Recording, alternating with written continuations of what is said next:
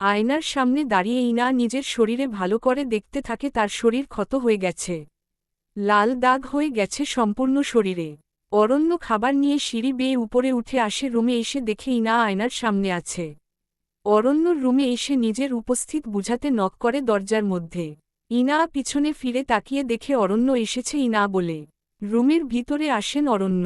ইনায়ার সম্মতি পেয়ে অরণ্য রুমের ভিতরে চলে আসে, এরপর নিজের হাতে রাখা খাবার টেবিলে রাখে। ইনা এসে বসে টেবিলের কাছে, এরপর খাবার খাওয়া শুরু করে। প্রায় সারাদিন সে না খেয়ে কাটিয়ে দিয়েছে, যার জন্য তার প্রচুর খিদা লেগেছে।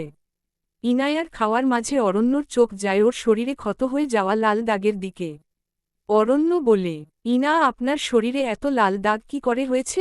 ইনা খাবার খাওয়ার মধ্যে অরণ্যর কথা শুনে জবাব দেয়, আসলে আমাকে বউ ভাতের অনুষ্ঠান থেকে এরেস্ট করা হয়েছে, যার জন্য বিয়ের গয়না শরীরে পরা ছিল। আর জেলখানায় আমি পোশাক পরিবর্তন করি নাই। অনেক ধরে ভারী গয়না আর শাড়ি পরে থাকার কারণে এমন লাল দাগ হয়ে গেছে। ইনায়ার কথা অরণ্য বুঝতে পারে, সে গিয়ে মেডিসিনের বাক্স নিয়ে আসে। এরপর ইনায়ার সামনে টেবিলে রাখে আর ইনায়াকে উদ্দেশ্য করে বলে, ইনা খাবার খাওয়া শেষ করে আপনি ঔষধ লাগিয়ে নেন সারা শরীরে। এরপর ঘুমিয়ে যান, সারাদিনে অনেক টায়ার্ড হয়ে গেছেন নিশ্চয়ই আপনি। অরণ্যর কথায় ইনা বাধ্য মেয়ের মতো শুনে খাওয়া দাওয়া শেষ করে, এরপর পাশে থাকা মেডিসিনের বাক্স থেকে ঔষধ লাগাতে থাকে শরীরে। ইনা সারা শরীরে ব্যথা পেয়েছে, যার জন্য তাকে ঔষধ লাগাতে হবে। কিন্তু অরণ্য পাশে বসে আছে, এখন সে কি করে শাড়ির আঁচল সরিয়ে ঔষধ লাগাবে শরীরে। অরণ্য ইনা অবস্থা বুঝতে পারে, যার জন্য সে বেড থেকে উঠে পড়ে আর বলে, ইনা আমার জরুরি ফোন এসেছে আমাকে, যার জন্য বাহিরে যেতে হবে। আপনি ঔষধ লাগিয়ে বেডে শুয়ে রেস্ট নেন। অরণ্য কথাটা বলে চলে যায়। ইনা নিজের শরীরে ঔষধ লাগাতে থাকে, তবে তার হাতপিঠ অবধি পৌঁছাতে পারে না। ইনা দ্বারা যতটুকু সম্ভব হয়েছে সে ঔষধ লাগিয়ে দেয়। জেলখানায় থাকতে ভালো করে ঘুম হয় নাই তার, যার জন্য সে বিছানায় শুয়ে পড়ে। অরণ্য প্রায় 2 ঘন্টা পর নিজের রুমে ফিরে আসে, দরজা খুলে রুমে এসে দেখে ইনা ঘুমিয়ে পড়েছে। অরণ্য নিজেও কালকে সারারাত ঘুমাতে পারে নাই, তার জন্য সে সোফায় গিয়ে শুয়ে পড়ে। বিকাল প্রায় 4টা, ইনা ফোনে রিং হচ্ছে, কিন্তু ইনা ঘুমে মগ্ন থাকার কারণে সে শুনতে পায় না। প্রায় অনেক সময় ধরে ফোনে শব্দ করার কারণে ইনায়ার ঘুম ভেঙে যায়। ইনা ঘুম থেকে পিটপিট করে চোখে খুলে পাশে থাকা টেবিল থেকে নিজের ফোন হাতে নেয়। ফোনের স্ক্রিনে অরুণা বেগমের নাম্বার দেখে ইনা ফোন রিসিভ করে। ইনা ঘুমন্ত কণ্ঠে বলে, মামুনি কি হয়েছে, এতবার ফোন কেন করেছ? ইনা তোমাকে কি জেলখানা থেকে ছেড়ে দিয়েছে?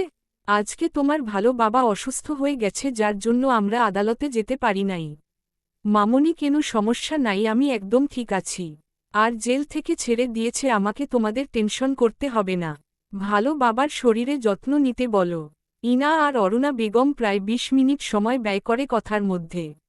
এরপর ইনা ফোন রেখে ওয়াশরুমে চলে যায়, সেখান থেকে ফ্রেশ হয়ে রুমে ফিরে আসে। ইনা এতক্ষণ সোফায় তাকিয়ে দেখে অরণ্য সেখানে শুয়ে আছে। ইনা এগিয়ে যায় ঘুমন্ত অরণ্যর কাছে, সোফার কাছে গিয়ে সে ভালো করে দেখে অরণ্যকে। ইনা বলে, মিস্টার অরণ্য রাজচৌধুরী আমার জীবনের সবচেয়ে অপছন্দের মানুষ। কিন্তু অরণ্য, আপনার সাথে আমার শত্রুতা কখনো শেষ হবে না, তবে আপনি আমার অনেক উপকার করেছেন অরণ্য। মানুষ হিসাবে আপনি সত্যি একজন উত্তম ব্যক্তি। অরণ্যর ঘুমন্ত অবস্থায় কোনো নারীর কণ্ঠ শুনে চোখ খুলে তাকায়। অরণ্য ঘুম থেকে উঠে গেছে দেখে ইনা সেখান থেকে চলে যেতে চায়, তার আগেই অরণ্য তাকে থামিয়ে দেয়। অরণ্য ইনায়ার হাত ধরে আবার সোফার কাছে নিয়ে আসে। অরণ্যর বিশ্বাস হচ্ছে না ইনা তার কাছে এসেছে। অরণ্য ডেভিল হাসি দিয়ে বলে, কি ব্যাপার মিসেস ইনা চৌধুরী, ঘুমন্ত অবস্থায় নিজের স্বামী সর্বনাশ করার জন্য কি তার কাছে এসেছেন? বাসর রাতে যদি আপনি সম্মতি দিতেন তাহলে এতদিনে 3-4টা বাচ্চাও হয়ে যেত আমাদের। আর আপনাকে এমন লুকিয়ে লুকিয়ে স্বামীর কাছে আসতে হতো না। অরণ্যর কথা শুনে ইনায়ার কান গরম হয়ে যায়। এই লোকের মধ্যে কি লজ্জা শরম বলতে কিছু নাই। তাদের 2 জনের বিয়ে হয়েছে মাই 2 দিন আগে, এর মধ্যে 4টা বাচ্চা কোথা থেকে আসবে? ইনা রাগী স্বরে বলে, অরণ্য, আপনার সাথে কথা বলা আমার জীবনের সবচেয়ে বড় ভুল। জঘন্য পুরুষ মানুষ। ওহ রিয়েলি মিসেস ইনা চৌধুরী, তাহলে এই জঘন্য পুরুষের কাছে আপনি কেন এসেছেন? ঘুমের মধ্যে তার সর্বনাশ কোনো করতে চাইছিলেন? শুনুন, আপনার সর্বনাশ করার কোনো ইচ্ছা আমার নাই। আপনি ঘুমন্ত অবস্থায় শীতে কাঁপতে কাঁপতে কাঁথার জন্য চিৎকার করছিলেন, যার জন্য আমি আলমারি থেকে আপনার জন্য কাঁথা নিয়ে আসতে গিয়েছিলাম। ইনায়ার মুখে মিথ্যা কথা শুনে অরণ্য হাসে, এরপর বাহিরে রোদের দিকে ইশারা দিয়ে বলে, ইনা বাহিরে যা রোদ পড়ছে, মানুষ গরমে এসি ছাড়া থাকতে পারছে না। আর আপনি বলছেন আমি শীতে কাঁপছিলাম, কথাটা কি বিশ্বাসযোগ্য? সুন্দর করে সাজিয়ে মিথ্যা কথা ও আপনি বলতে পারেন না ইনা।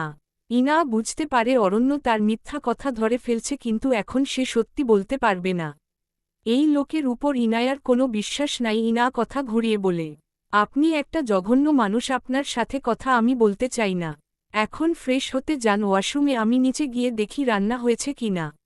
ইনা কথাটা বলে রুম থেকে বের হয়ে যায়। অরণ্য মুখে একটা হাসি নিয়ে ওয়াশরুমে চলে যায়। ইনা রুম থেকে বের হয়ে সিঁড়ি দিয়ে নিচে চলে যায়। এরপর সে সম্পূর্ণ বাড়ি ঘুরে ঘুরে দেখে। অরণ্য বাড়ি অনেক সুন্দর, শহরের সবচেয়ে বড় বিজনেসম্যানের বাড়ি বলে কথা। ইনা প্রতিটা রুম ঘুরে ঘুরে দেখছে। হঠাৎ করে একটা রুমের সামনে যায় সে। ইনা শুনতে পায় সেই রুম থেকে কোনো মহিলার আওয়াজ শোনা যাচ্ছে। ইনা এই বাড়ির প্রতিটা মানুষের সাথে পরিচিত হয়েছে, কিন্তু এই মহিলাকে এই রুমে। ইনা কৌতূহল নিয়ে রুমের দরজায় নক করে। দরজা খোলা থাকার কারণে ইনা রুমের ভিতরে প্রবেশ করে। ইনা দেখে একজন মহিলা নামাজের তসবিহ হাতে নিয়ে বসে জিকির করছে। মহিলা পিছন দিক ঘুরো বসে থাকার কারণে তার মুখ দেখা যাচ্ছে না। জিকিরের মধ্যে হঠাৎ করে পিছন থেকে কোনো মানুষের পায়ের শব্দ শুনো। পিছনে ফিরো তাকায় রেহানা বেগম। রেহানা বেগম পিছনে ফিরে তাকিয়ে দেখে তার সামনে একটা মেয়ে দাঁড়িয়ে আছে। রেহানা বেগম সামনের দিকে ফিরে আসার কারণে তার চেহারা ইনা দেখতে পায়। ইনায়ার মনে উনি সেই মহিলা যে তাকে বিয়ের সময় বউ হিসাবে তাকে বরণ করে নেয়। রেহানা বেগম গম্ভীর গলায় বলে, তুমি ইনা তাই না, এই বাড়ির নতুন বউ, দ্য গ্রেট বিজনেসম্যান অরণ্য রাজচৌধুরীর বউ? রেহানা বেগমের কথা শুনে ইনা উত্তর দেয়, জি আমি ইনা, অরণ্য বউ। কিন্তু আপনি কে? আমি রেহানা পারভিন, সাইমার মা। রেহানা বেগমের মুখে সাইমার মা শুনে ইনা অবাক হয়ে যায়। তাহলে কি উনি অরণ্যর মা, মানে ওর শাশুড়ি? ইনা আর দেরি করে না, সে আর আঁচল তুলে মাথায় দেয়। এরপর রেহানা বেগমের কাছে এসে তার পায়ে সালাম করে। রেহানা বেগম তা দেখে খুশি হয়। উনি ইনায়াকে উঠিয়ে ওর মুখ দেখে। ইনা যথেষ্ট সুন্দরী, আর ওর চেহারা মধ্যে অদ্ভুত এক মায়া আছে যা প্রতিটা মানুষকে তার প্রতি মুগ্ধ করে। রেহানা বেগম বলে, মাশাআল্লাহ, কি সুন্দর বউ হয়েছে চৌধুরী বাড়ির। দোয়া করি মা তুমি সুন্দর করে সাজিয়ে গুছিয়ে সংসার করবে, আর এই চৌধুরী বাড়ির মান সম্মান সব ভালো করে বজায় রাখবে। ধন্যবাদ মা। রেহানা বেগমের সাথে ইনা অনেক সময় কথা বলে। উনি বেশ ভালো আর মার্জিত রুচিসম্মত মানুষ। রেহানা বেগম বেড থেকে উঠে গিয়ে আলমারি থেকে 2 সেট গয়না আর হাতের চুড়ি নিয়ে আসে। রেহানা বেগম গয়নার সেট ইনায়ার হাতে দেয় আর চুড়ি পরিয়ে দেয় ইনায়ার হাতে। ইনা বলে, মা কি করছেন আপনি? আর এই গয়না আর চুড়ি আমাকে দিচ্ছেন কোনো? এই গয়না এই বাড়ির ঐতিহ্য, চৌধুরী বাড়িতে যারা বউ হয়ে আসে প্রত্যেকে এই গয়না পরে। আর এই চুড়ি যত্ন করে রেখে দিয়েছিলাম আমার ছেলের বউয়ের জন্য। এতদিন পর অরণ্য বিয়ে করে এই বাড়িতে বউ নিয়ে এসেছে, তাই এই চুড়ি তোমাকে দিলাম। কিন্তু মা আমি এত গয়না দিয়ে কি করব? পরবেই না, বাড়ির বউ সবসময় গয়না পরে সুন্দর করে সেজে থাকে। তোমাকে এই গয়না পরলে অনেক সুন্দর লাগবে। রেহানা বেগমের কথা শুনে ইনা গয়নার বাক্স খুলে দেখে। সেখানে থাকা গয়না অনেক সুন্দর, তার পছন্দ হয়েছে। রেহানা বেগম আর ইনা অল্প সময় কথা বলে এরপর ইনা আবার অন্য সব রুমে ঘুরতে থাকে। হঠাৎ করে ইনায়ার ফোনে একটা কল আসে। ইনা রিসিভ করে। ইনা বলে, আসিফ, কি জানতে পারছ? ম্যাম, এসএস কোম্পানির ম্যানেজারকে আমি খুঁজে পেয়েছি, সে আপনার সাথে কথা বলতে চাই।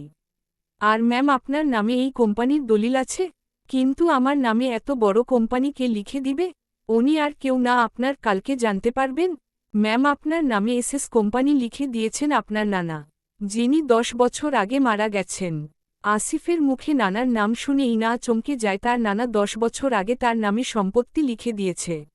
ইনা কথাটা বিশ্বাস হয় না। সে আবার আসিফকে জিজ্ঞেস করে। ইনা বলে, আসিফ, আমার মনে হয় তোমার কোথাও একটা ভুল হচ্ছে। আমার নানা কি করে এসএস কোম্পানির মালিক হতে পারে? ছোটবেলা থেকে আমার নানার বিষয়ে আম্মু কোনো কথা বলে নাই আমাকে। মৃত্যুর আগে ও আম্মু নানা নানুর বিষয়ে আমাকে জানায় নাই। আমার মনে হয় এই সবকিছুর পিছনে অন্য কারো হাত আছে। ইনা ম্যাম, আমি এসএস কোম্পানির সকল তথ্য চেক করে দেখেছি। এসএস কোম্পানির ম্যানেজারকে কিডন্যাপ করে, তার থেকে জানতে পারি এই কোম্পানির আসল মালিক আপনার নানা। উনি মারা যাওয়ার আগে এই কোম্পানি আপনার নামে লিখে দিয়ে গেছে। আসিফ, তুমি কি সিউর? ইয়েস ম্যাম, আমি সিউর। আপনি হলেন এসএস কোম্পানির বর্তমান মালিক। শুধু তাই না, আপনার নানার সকল সম্পত্তির একমাত্র বংশধর আপনি। তুমি ওই ম্যানেজারকে আমার গেস্ট হাউজে নিয়ে যাও, আপনি আসছি। আমার মনে হয় ওই ম্যানেজার অনেক গোপন তথ্য জানে। Okay ma'am. ইনা ফোন রেখে দেয়। তার আসিফের কথা বিশ্বাস হচ্ছে না, মানে এইটা কি করে সম্ভব। ইনা খুব ছোট থাকতে তার মা মারা যায়, তাই তার মায়ের বাবার বাড়ির বিষয়ে সে কিছু জানত না। আর এত বছরে তার নানার বাড়ি থেকে কেউ কখনো তার সাথে দেখা করতে আসে নাই। তাহলে আজ হঠাৎ করে এসএস কোম্পানির মালিক যে কি করে হয়ে যেতে পারে। প্রতিটা ঘটনা ইনায়ার মাথার উপর দিয়ে যাচ্ছে। তাহলে কি তার জীবনের অনেক ঘটনা তার এখনও অজানা। অরণ্য নিজের রুমে বসে ল্যাপটপে কাজ করছিল। প্রায় 2 দিন ধরে তার অফিসে যাওয়া হয় না। অফিসের সকল কাজ তাকে রুমে বসে কমপ্লিট করতে হবে, না হলে বিজনেসে অনেক লস হয়ে যাবে। অরণ্যর কাজের মধ্যে দরজা দিয়ে রুমের মধ্যে প্রবেশ করে ইনা। অরণ্য আর চোখে ইনায়ার দিকে তাকিয়ে দেখে। ইনা মুখে চিন্তা আর হতাশার ছাপ স্পষ্ট ফুটে ওঠে। অরণ্য বলে, কি হয়েছে আপনার ইনা? এত মনোযোগ সহকারে কি ভেবে যাচ্ছেন আপনি? আবার কি নতুন বিপদে এসেছে আপনার জীবনে? অরণ্যর কথা শুনে ইনা তার ভাবনার জগৎ থেকে বের হয়ে আসে। ইনা ভ্রু কুঁচকে বিরক্ত হয়ে বলে, অরণ্য, আমার জীবনে ঘূর্ণিঝড়, সিডর, টনর যাই হয়ে যাক, সেই বিষয়ে আপনার জানতে হবে না। নিজের কাজে মনোযোগ দেন আর আমাকে দয়া করে বিরক্ত করা বন্ধ করেন। ইনা, আপনি কি আমার কোনো কথার সুন্দর করে জবাব দিতে পারেন না? আর আপনার জীবনের কি চলছে সেই বিষয়ে জানার আমার বিন্দুমায় আগ্রহ নাই। অরণ্য ইনায়ার সাথে আর কোনো কথা বলে নাই, সে নিজের কাজে সম্পূর্ণ মনোযোগ দেয়। অন্যদিকে ইনা ওয়াশরুম থেকে ফ্রেশ হয়ে এসে আয়নার সামনে দাঁড়িয়ে রেডি হতে থাকে। ইনায়ার গায়ে হাতে ভারী গয়না ছিল যা রেহানা বেগম তাকে দিয়েছে। ইনা গয়না খুলতে চাই, কিন্তু তার হাত দিয়ে সেটা সম্ভব হচ্ছে না।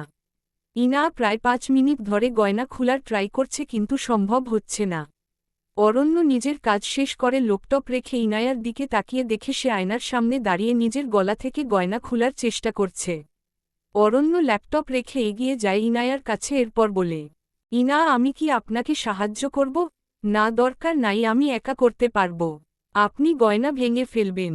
অরণ্য জানে ইনা কত জেদি, যদি কোনো কাজ না পারে তবুও কারো কাছ থেকে সাহায্য নিবে না।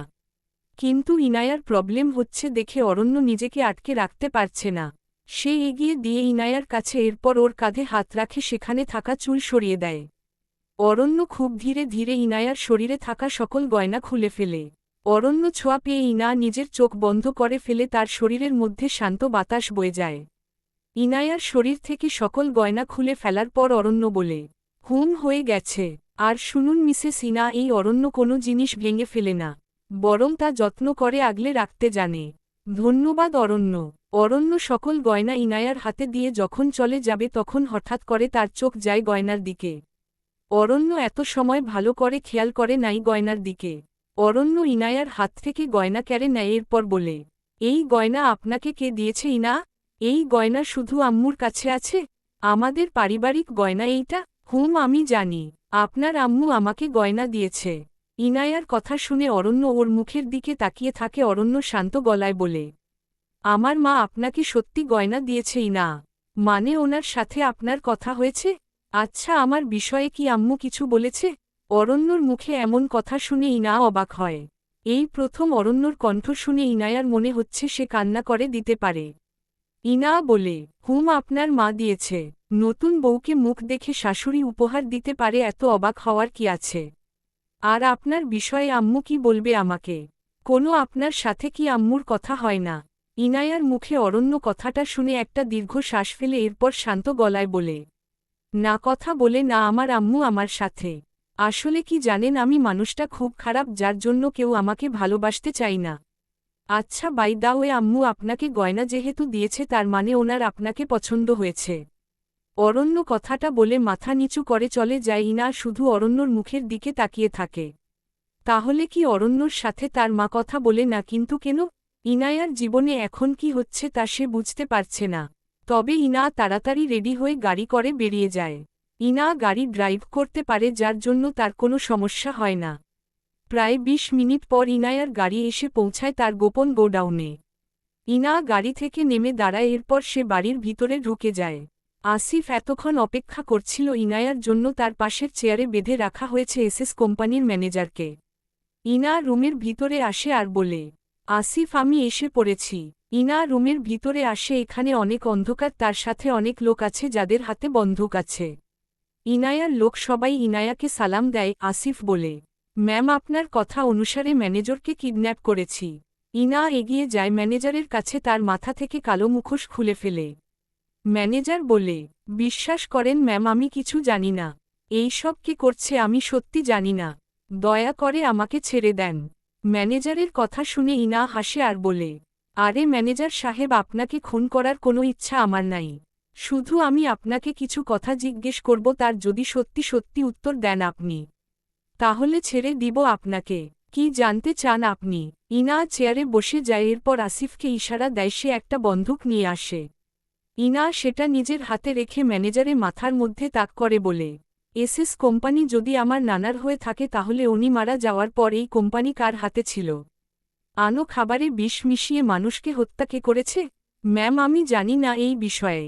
দেখুন ম্যানেজার সাহেব আমার রাগ উঠাবেন না একদম, সত্যি করে বলুন এই সব কিছুর পিছনে আসল অপরাধীকে? এত বছর আমার নাম করে এই কোম্পানির দায়িত্ব কার হাতে ছিল? আমি বেশি কিছু জানি না, শুধু জানি এসএস কোম্পানির যদি কোনো বড় ডিল বা সমস্যা হতো তাহলে সাফায়াত সাহেব এসে সবার সাথে কথা বলত, কিন্তু প্রায় 5 বছর ধরে উনি আর আসেন না, কিন্তু উনি সকলকে ভিডিও কলে শেয়ার হোল্ডারের সাথে কথা বলত। ইনা ম্যানেজারের মুখে সাফায়াত নাম শুনে অবাক হয়ে যায়, এই সাফায়াত আবার কে? কিন্তু এই নামটা তার পরিচিত মনে হচ্ছে। ইনা বলে, এই সাফায়াতকে দেখতে কেমন? তুমি কি এর চেহারা কখনো দেখেছ?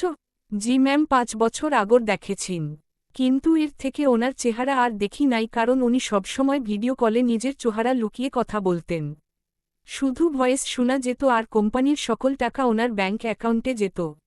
সাফায়াত নামটা ইনায়ার অনেক পরিচিত মনে হয়, কোথাও একটা এই নাম শুনেছে সে, কিন্তু মনে করতে পারছে না। ইনা ইশারা দেয় আসিফকে ম্যানেজারকে ছেড়ে দিতে, কারণ ম্যানেজার এর থেকে বেশি কিছু জানে না। তবে ইনায়ার লোক সবসময় ম্যানেজারের উপর নজর রাখবে। ইনায়ার ভাবনার মাঝে আসিফ ওর সামনে একটা কাগজ নিয়ে আসে যেখানে কোম্পানির ডিটেইলস দেওয়া ছিল। ইনা ভালো করে সব দেখতে থাকে, কাগজের মধ্যে একটা ছবি বের হয়ে আসে। ছবির মধ্যে থাকা ব্যক্তির বয়স খুব বেশি না, 30 বছর হবে, তবে ছবির উপর দাগ দেখে মনে হচ্ছে অনেক পুরানো ছবি। ইনা কৌতূহল নিয়ে জিজ্ঞেস করে, আসিফ এই ছবির লোকের নাম কি? আর কোম্পানির কাগজের মধ্যে ওনার ছবি কি করছে? ম্যাম উনি হলেন সাফায়াত, ম্যানেজার যার কথা বললেন এখন বর্তমানে এসএস কোম্পানির মালিক। আসিফের কথা শুনে ইনা আবার ভালো করে সাফায়াতের ছবি দেখতে থাকে। সাফায়াতকে দেখে ইনায়ার মনে হচ্ছে সে ছোটবেলা কোথাও এই লোককে দেখেছে। ইনা আসিফের সাথে অনেক সময় ধরে কথা বলে এসএস কোম্পানি আদালে নোটিশে বন্ধ করে হয়ে গেছে। ইনা নিজেকে নির্দোষ প্রমাণ করতে হবে আর এসএস কোম্পানি বিরুদ্ধে সকল তথ্য প্রমাণ মিথ্যা প্রমাণিত করতে হবে। ইনা তার কাজ শেষ করে বাড়ি থেকে বের হয়ে যায়, এরপর গাড়ি ড্রাইভ করে বাড়িতে ফিরে আসে। ইনা সিঁড়ি দিয়ে উপরে উঠে যায়, এরপর নিজের রুমে গিয়ে ওয়াশরুম থেকে ফ্রেশ হয়ে আসে। ইনা সম্পূর্ণ রুমে ভালো করে খেয়াল করে, দেখে অরণ্য কোথাও নাই। ইনা যাওয়ার আগে অরণ্য রুম থেকে বের হয়ে যায়, এরপর কি আর রুমে ফিরে আসে নাই। ইনা রুম থেকে বের হয়ে যায়, কিন্তু অরণ্য কোথায় চলে গেছে তা সে জানে না। ইনা প্রায় প্রতিটা রুমে ভালো করে দেখতে থাকে, কিন্তু কোথাও অরণ্য নাই। এই বাড়িতে মাই কয়েকদিন আগে সে এসেছে, তাই বাড়িতে থাকা রুমের বিষয়ে তার কোনো ধারণা নাই। ইনা দেখে একজন কাজের লোক বাড়ির মেঝে পরিষ্কার করছে। ইনা তাকে জিজ্ঞেস করে, আচ্ছা আপনি কি অরণ্যকে দেখেছেন? উনি কি বাহিরে চলে গেছে? না ম্যাম, অরণ্য স্যার তার স্টাডি রুমে গেছে। বাড়ির সবার শেষের রুমে অরণ্য স্যারকে যেতে দেখেছি। ওকে। ইনা কথাটা শুনে কাজের লোককে ধন্যবাদ বলে জানিয়ে চলে যায় অরণ্যর রুমের দিকে। অরণ্য সোফায় বসে আছে, তার সামনে ল্যাপটপ, কিন্তু কাজের প্রতি তার কোনো মনোযোগ নাই। ইনা অরণ্যর রুমের দরজার সামনে দাঁড়িয়ে নক করে, এরপর বলে, অরণ্য আপনি কি রুমের ভিতরে? আপনার সাথে আমার কিছু জরুরি কথা বলার আছে। ইনায়ার কণ্ঠ শুনে অরণ্য তার ভাবনার জগৎ থেকে বের হয়ে আসে। অরণ্য দরজার দিকে তাকিয়ে দেখে ইনা দাঁড়িয়ে আছে। অরণ্য বলে, ভিতরে আসেন। ইনা অরণ্যর সম্মতি পেয়ে ইনা রুমে চলে আসে, এরপর সে এসে অরণ্যর পাশে বসে। অরণ্য ইনায়ার সাথে কোনো কথা বলে না, তবে ইনা বলে, কি হয়েছে আপনার মুখে হাসি নাই কেন? এমন দেবদাস হয়ে বসে আছেন কেন? আপনার কি মন খারাপ? আমার যদি মন খারাপ হয় তাহলে আপনার কি? ইনা আমি আপনার শ্যাও, তাই শ্যাওর মন খারাপ হলে খুশি হওয়ার কথা আপনারই না। রুমে যান, বাড়ির থেকে এসেছেন, আপনি রেস্ট নেন। অরণ্যর মুখে বাহিরে যাওয়ার কথা শুনে ইনা যথেষ্ট অবাক হয়, কারণ অরণ্য রুম থেকে বের হয়ে যাওয়ার পর ইনা বাহিরে গিয়েছিল। ইনা বলে, আমি যে বাহিরে গিয়েছি সেটা আপনি কি করে জানতে পারলেন? আর আপনি আমার শ্যাও, সেটা আমি জানি, আপনার জন্য আমার মনে কেন কষ্ট হয় না। ওহ রিয়েলি মিসেস ইনা চৌধুরী, তাহলে এখানে কেন এসেছেন? মিথ্যা কথা বলে নিজের মনকে সান্ত্বনা দেওয়ার ভুল চেষ্টা করে কি খুব দরকার আছে মিসেস ইনা? অরণ্যর কথা শুনে ইনা ভ্রু কুঁচকে ইনায়ার দিকে তাকায়। এই রুমে আসা তার ভুল হয়েছে। ইনা অরণ্যকে চলে যাচ্ছি কথাটা বলে সোফা থেকে উঠে যেতে চাই, তখন অরণ্য ওর হাত ধরে ফেলে ইনায়াকে আবার সোফার কাছে এনে বসিয়ে দেয়। অরণ্য বলে, এত তাড়াতাড়ি রাগ করলে কি হয় মিসেস ইনা? আর এই অরণ্য অনেক খারাপ মানুষ, তার সাথে কেউ থাকতে চাই না। কিন্তু অরণ্য কি এতই খারাপ যে সবাই ওকে ঘৃণা করে? অরণ্যর কথা শুনে ইনায়ার খুব মায়া হয়, তার মুখের দিকে তাকিয়ে অরণ্যর মুখ লাল হয়ে গেছে। অরণ্যর চোখ লাল হয়ে গেছে, ওর চোখে পানি জমে গেছে। ইনা এর কারণ বুঝতে পারো না? ইনা বলে, কি হয়েছে আপনার অরণ্য? এমন করে কথা কেন বলছেন? আর কে আপনাকে ঘৃণা করে? আপনি একটু রাগী কিন্তু খারাপ না অরণ্য। ইনা কথাটা বলে অরণ্যর হাত ধরে, এরপর অরণ্যর চোখ দিয়ে বেয়ে আসা জল মুছে দেয়। অরণ্য বলে, আমার মা আমাকে ঘৃণা করে ইনা। উনি ছোটবেলা থেকে আমার সাথে ভালো করে কথা বলেন না, আমার সাথে রাগ করে রুম থেকে বের হন না, আমার বোনও বিদেশে থাকে অনেক সময়। আমি কি এত খারাপ ইনা? ইনা বলে, অরণ্য আপনি অনেক ভালো মানুষ। আপনার মা আপনাকে ঘৃণা করে না, উনি হয়তো আপনার উপর রাগ করে আছেন। কোনো মা তার সন্তানকে ঘৃণা করতে পারে না। আমি বলছি আপনি অনেক ভালো মানুষ। আমার অরণ্য কখনো খারাপ হতে পারে না। ইনা কথার শুনে অরণ্য ওকে জড়িয়ে ধরে, ইনায়ার ও অরণ্যকে জড়িয়ে ধরে। ইনা যা এতদিনে বুঝতে পারে অরণ্য সকলের সামনে অনেক রাগী ভাব নিয়ে থাকলেও বাড়িতে সে খুব সাধারণ জীবন যাপন করে, হাসি খুশি থাকে। রাত প্রায় ৯টা। ইনা নিজের রুমে বসে আছে, তার হাতে এসএস কোম্পানির কাগজ। দুপুরে আসিফ তাকে যে এসএস কোম্পানির ইনফরমেশন দিয়েছে তার কাগজ বেশ মনোযোগ সহকারে দেখে যাচ্ছে ইনা। সাফায়াত নামটা যখন থেকে শুনেছে ইনা, তখন থেকে তার মনে হচ্ছে যে এই নামটা তার বড্ড বেশি পরিচিত। কিন্তু ইনা স্মৃতিচারণ করতে পারছে না এই মানুষটা আসলে কে। ইনায়ার হঠাৎ করে কি যেন মনে হয়, সে হাতে থাকা কাগজ রেখে পাশে থাকা টেবিল থেকে ফোন হাতে নেয়। ফোনের কল লিস্টে গিয়ে অরুণা বেগমের নাম্বারে কল দেয় সে। অরুণা বেগম ফোন রিসিভ করে। ইনা উদ্বেগ প্রকাশ করে বলে, মামনি, তোমার কি সাফায়াত নামে কোনো পরিচিত লোক আছে? আচ্ছা, আমার আত্মীয় স্বজনের মধ্যে কি সাফায়াত নামের কোনো লোক আছে? ইনায়ার কণ্ঠে হঠাৎ করে সাফায়াতের নাম শুনে চমকে যায় অরুণা বেগম। আজ প্রায় ১৫ বছর পর সাফায়াতের নাম আবার শুনেছে অরুণা বেগম। অরুণা বেগম বলে, ইনা, তুমি হঠাৎ করে সাফায়াতের বিষয়ে কেন জিজ্ঞেস করছো? আর সাফায়াত প্রায় অনেক বছর আগে মারা গেছে, এখন তো তোমাকে বিরক্ত করার কথা না সাফায়াতের। সাফায়াত মারা গেছে কথাটা শুনে ইনা সম্পূর্ণ শোকড হয়ে যায়। কিন্তু ইনা বুঝতে পারে অরুণা বেগমের সাথে সাফায়াতের পরিচয় ছিল, তার মানে ইনায়ার সন্দেহ সঠিক। ইনা বলে, মামনি, এই সাফায়াত আসলে কে? কি সম্পর্ক ওনার সাথে আমার? আর সাফায়াত কি করে মারা গেছে? ইনা, তুমি জানো না সাফায়াত তোমার মামা হয়। তোমার মায়ের মৃত্যুর পর তোমার মায়ের সম্পত্তির জন্য ও তোমাকে নিজের কাছে জোর করে রাখতে চেয়েছিল, কিন্তু আমি তাকে বারণ করে দেয়। এরপর কয়েক বছর পর জানতে পারি সাফায়াত একটা অ্যাক্সিডেন্টে মারা গেছে। অরুণা বেগমের কথা ইনায়ার মাথার উপর দিয়ে চলে যায়। সাফায়াত যদি মারা যায়, তাহলে এতদিন এসএস কোম্পানির এমডি হিসাবে দায়িত্ব কি করে পালন করে গেছে? আর সাফায়াত তার মামা ছিল মানে ইনায়ার নামে যে এসএসএ কোম্পানি তার নানা লিখে দিয়ে গেছে সাফায়াত সেটা জানত, যার জন্য ইনায়ার মায়ের মৃত্যুর পর তাকে নিজের কাছে রাখতে চেয়েছিল। ইনা তার ভাবনার জগৎ হারিয়ে যায়। অন্যদিকে অরুণা বেগম ফোনের অপর পাশ থেকে ইনায়ার কোনো জবাব না পেয়ে অরুণা বেগম বলে, ইনা, কি হয়েছে তোমার? কথা বলছো না কোনো ইনা? অরুণা বেগমের কণ্ঠ শুনে ইনায়ার হুঁশ ফিরে আসে। সে বলে, না, কিছু হয় নাই মামনি। সাফায়াত যে আমার মামা হয় সেটা আমার জানা ছিল না। আচ্ছা, এখন ফোন রাখি, আমার জরুরি কাজ আছে। ইনা ফোন রেখে দেয়। সে এখন গভীর চিন্তায় মগ্ন। যদি সাফায়াত অনেক বছর আগে মারা যায় তাহলে ম্যানেজারের কথা অনুসারে এতদিন কোম্পানির সকল মিটিং কে করেছে? আরএসএস কোম্পানির সকল টাকা কার ব্যাংক অ্যাকাউন্টে বা জমা হয়েছে? ইনায়ার মাথার যেন এখন হাজার রহস্য ঘুরঘুর করছে, কিন্তু কোনো সমাধান নাই এই রহস্যর। ইনায়ার ভাবনার মাঝে রুমে প্রবেশ করে অরণ্য। অরণ্যর উপস্থিত ইনা বুঝতে পারে সে না নিজের ভাবনার জগৎ হারিয়ে গেছে। অরণ্য রুমে এসে দেখে ইনা খুব মনোযোগ দিয়ে কি যেন ভেবে যাচ্ছে। অরণ্য বলে, কি হয়েছে আপনার ইনা, এমন মনোযোগ সহকারে কোন ভাবনার জগতে হারিয়ে গেলেন আপনি? ইনায়ার ভাবনার মাঝে অরণ্যর কণ্ঠ শুনে তার হুঁশ ফিরে আসে। পিছনে ফিরে অরণ্যকে দেখে ইনা এসএস কোম্পানির কাগজ লুকিয়ে ফেলে। ইনায়ার এমন কাণ্ডে অরণ্য ভ্রু কুঁচকে ওর দিকে তাকিয়ে থাকে। অরণ্য বলে, কি এমন করে লুকিয়ে রাখলেন আপনি? উকিল দিয়ে কি ডিভোর্স পেপার রেডি করেছেন আপনি? দেখেন ইনা, আমি কিন্তু আপনাকে ডিভোর্স দিব না। বউ ছাড়া থাকা আমার দ্বারা সম্ভব না। অরণ্যর এমন কথা শুনে ইনা রহস্যর কথা ভুলে যায়। এই লোকটা সবসময় যে কোনো সিরিয়াস পরিস্থিতি ফান করে। ইনা রাগী লুকে অরণ্যর দিকে তাকিয়ে বলে, অরণ্য, আপনাকে ডিভোর্স দিতে চাই না, বরং খুন করতে চাই আমি। এখন আমাকে বিরক্ত না করে চলে যান এখান থেকে। ইনায়ার কথা শুনে অরণ্য হাসে। এরপর নিজের পকেট থেকে একটা ট্রেনের টিকিট বের করে। অরণ্য টিকিট ইনায়ার হাতে ধরিয়ে দেয় আর বলে, কালকে সকাল সকাল রেডি হয়ে থাকবেন। ট্রেন কিন্তু খুব ভোরে ছেড়ে দেয় আর রূপনগরে যেতে হলে 1 মাইল ট্রেন দিয়ে যাওয়া লাগবে। সো ব্যাগ বয়ে গুছিয়ে রাখেন এখন থেকে। অরণ্যর কোনো কথা ইনা বুঝতে পারে না। সে তার হাতে থাকা কাগজ খুলে দেখে সেখানে ট্রেনের টিকিট রয়েছে। আর অরণ্য এই ট্রেন দিয়ে রূপনগর যাওয়ার কথা কেন বলছে? এই রূপনগর কোথায়?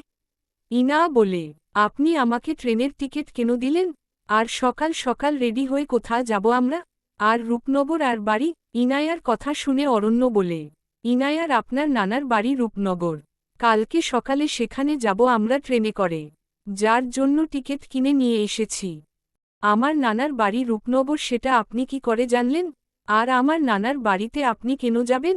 সাফায়াতের বিষয়ে ইনফরমেশন জানতে হলে রূপনগর যাওয়া দরকার আমাদের। আরএসএস কোম্পানির আসল মালিক মানে আপনার নানার মৃত্যু বা অন্য সব ঘটনার বিষয়ে জানতে হলে রূপনগর যেতে হবে। 3 মাস পর আদালতের রায় দিবে, তখন যদি নিজেকে নির্দোষ প্রমাণ করতে না পারেন তাহলে কিন্তু ফাঁসি হয়ে যাবে আপনার। চৌধুরী বাড়িতে সকলে ডিনার করার জন্য টেবিলে উপস্থিত হয়। অরুণা বেগম রান্নাঘর থেকে খাবার নিয়ে এসে টেবিলে সাজিয়ে রাখে। মিলন সাহেব খাবার খাওয়া শুরু করে দেয়। ইভান সিঁড়ি দিয়ে নিচে নেমে আসে, এরপর টেবিলে বসে যায়। ইভান খাবার খাওয়া শুরু করে দেয়। মিলন সাহেব বলে, ইভান, বিদেশ থেকে ফিরে তোমার পরিকল্পনা কি? ইনায়ার বিয়ে হয়ে গেছে, তোমার জীবন থেকে সকল সমস্যা দূর হয়ে গেছে। এখন তোমার এই দেশে বা এই বাড়িতে থাকতে কোনো সমস্যা নাই নিশ্চয়ই। মিলন সাহেবের কথা শুনে ইভান খাবার খাওয়া বন্ধ করে দেয়। ইনায়ার বিয়ের কথা মনে পড়ে যায় ইভানের, যা সে এতদিন ভুলার চেষ্টা করছিল। ইনায়াকে সেই দিন অরণ্যর সাথে দেখার পর থেকে তার ভিতরে এক অদ্ভুত অনুভূতি কাজ করছে। ইনায়ার স্মৃতি তার স্বপ্ন জুড়ে বিচরণ করছে। শত চেষ্টা করার পর ইনায়াকে ভুলে যাওয়া ইভানের দ্বারা সম্ভব হচ্ছে না। ইভান শান্ত গলায় বলে, আব্বু, ইনা এই বাড়ি ছেড়ে চলে গেছে। এখন এই দেশে বা এই বাড়িতে থাকতে আমার কোনো অসুবিধা নাই। কিন্তু হঠাৎ করে এই কথা জিজ্ঞেস করার কারণ কি জানতে পারি? মিলন সাহেব একবার অরুণা বেগমের দিকে তাকিয়ে দেখে অরুণা বেগম চোখ দিয়ে তাকে ইশারা করে। মিলন সাহেব গম্ভীর গলায় বলে, চৌধুরী বাড়ির সকল ব্যবসার দায়িত্ব এতদিন ইনায়ার ছিল, কিন্তু এখন ইনায়ার নিজের বিজনেস আছে। অতঃপর আমার ছেলে হিসাবে এই কোম্পানির সকল দায়িত্ব তোমার হবে। তুমি কি কোম্পানির এমডি হিসাবে কোম্পানি জয়েন করতে চাও? মিলন সাহেবের মুখে কোম্পানি জয়েন করার কথা শুনে ইভান অবাক হয়। তার বাবা ইনায়াকে কোম্পানির সকল দায়িত্ব না দিয়ে তাকে এমডি হিসাবে জয়েন হতে বলছে। ইভানের কথাটা বিশ্বাস হচ্ছে না। ইভান অরুণা বেগমের দিকে তাকিয়ে দেখে অরুণা বেগম নর্মাল হয়ে দাঁড়িয়ে আছে আর নাতাশা যথেষ্ট মনোযোগ দিয়ে তার খাবার খেয়ে যাচ্ছে। ইভান সকলের মনোভাব ভালো করে বুঝে বলে, আব্বু, কোম্পানির মালিক যেহেতু তুমি, তাই তুমি যা সিদ্ধান্ত নিবে তাই হবে। আর ইনা যদি এই কোম্পানির দায়িত্ব পালন করে তাহলে আমার কোনো সমস্যা নাই। ও না হয় আমার কোম্পানির একজন কর্মচারী হিসাবে কাজ করে যাবে, যার জন্য মাস শেষে ভালো স্যালারি দেওয়া হবে ওকে। ইভানের কথা শুনে অরুণা বেগম কথা না চুপ করে থাকতে পারল না। ইভানের অহংকার কোনো দিন শেষ হবে না, যা অরুণা বেগম খুব ভালো করে জানে। অরুণা বেগম বলে, ইভান, তুমি কি বললে ইনা তোমার কোম্পানিতে একজন কর্মচারী হয়ে কাজ করবে? তুমি হয়তো ভুলে গেছে ইনাকে। ও অরণ্য রাজ চৌধুরীর বউ, যে এই শহরের সবচেয়ে বড় ব্যবসায়ী। আর ইনা বর্তমানে এসএস কোম্পানির মালিক, তাই তোমার কোম্পানির চাকরির দরকার ইনায়ার নাই। অরুণা বেগম বেশ গর্বের সহকারে ইভানের সামনে ইনায়ার প্রশংসা করে। ইভানের রাগ হয় তার মায়ের কথা শুনে সে রাগী চোখে অরুণা বেগমের দিকে তাকিয়ে বলে, আম্মু তোমার মুখে কি ইনায়ার সুনাম ছাড়া কোনো কথা আসে না? আর ও অরণ্যর বউ হয়ে গেছে বলে কি ওকে এখন মাথায় নিয়ে নাচতে হবে আমার? অরণ্য আমাদের শ্যাও, ওর সাথে তুমি ইনায়ার বিয়ে দিয়ে তুমি ভুল করেছ। অরণ্য আমাদের শ্যাও না, ও এই বাড়ির ছেলে।